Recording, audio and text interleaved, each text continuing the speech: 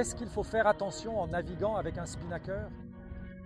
La chose la plus importante est que nous ne pouvons pas hisser le spinnaker ni au près ni au travers. Mais nous devons être sur une allure portante, déplacer les poids vers l'arrière du bateau, choquer l'écoute de grand voile ainsi que le chariot, choquer l'écoute de foc. Ainsi, en choquant ces deux voiles, le bateau a abattu sur un cap portant.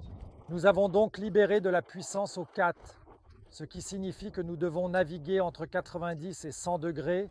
Ensuite, nous sommes prêts à dérouler le spinnaker. Quels sont les points clés lors de l'envoi du spinnaker? La drisse du spi, lorsqu'on navigue au près avec un spinnaker sur enrouleur, doit être choquée. Sinon, le spinnaker peut se dérouler au près. Cela signifie que la drisse de spinnaker sera choquée lors d'une navigation au près avec notre Top 4 catamaran. Lorsque nous avons abattu pour envoyer un le spi, comme décrit précédemment, choquer l'écoute de foc, la grand voile, etc., pour alléver le vent arrière, attendu un cap portatif. Puis nous passons la drisse de spinnaker pour pouvoir ensuite hisser le spinnaker.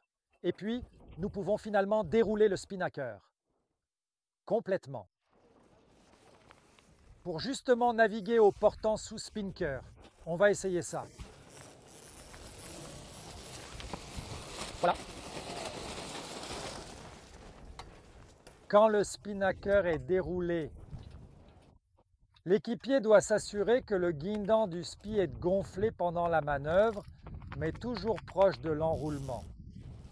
Le barreur doit absolument maintenir le cap entre 70 degrés et 90 degrés. Si le bateau ralentit, il peut légèrement lofer un peu vers 70 degrés. Si le vent se renforce, on remarque généralement que le bateau accélère et que les flotteurs commencent à enfourner. Alors, nous devons abattre vers 90 degrés, ou même un peu plus, pour que la pression dans les voiles diminue et du coup perdre de la pression dans le gréement. Nous ne pouvons utiliser le spinnaker qu'au large, c'est-à-dire lorsque le vent arrive entre 70 et 90 degrés. Tout d'abord, il faut abattre.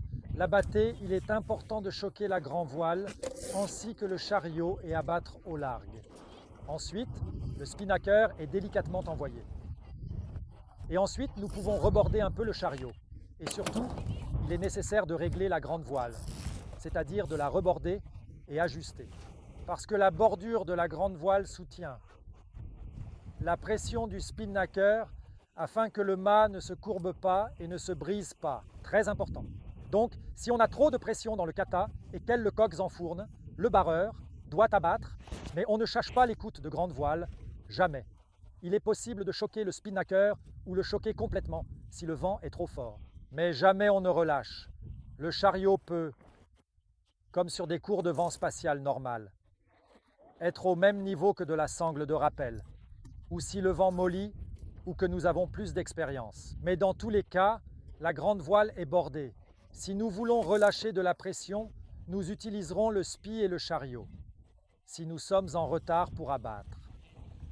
Sous une pression croissante, si nous naviguons au large, le Cunningham doit être étarqué au près ou au travers à cause du vent fort.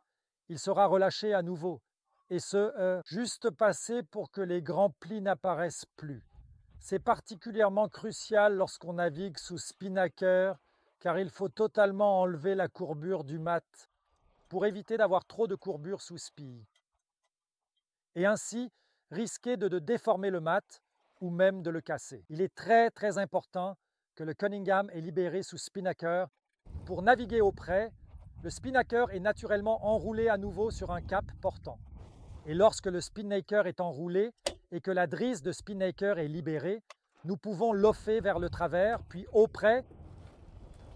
Le fait de choquer la drisse du spinnaker empêche que, sur le nouveau cap, le SP se déroule de lui-même, ce qui est extrêmement important. S'il le fait quand même, il faut abattre vers une allure portante. Dérouler le spinnaker, l'affaler proprement et choquer à nouveau la drisse.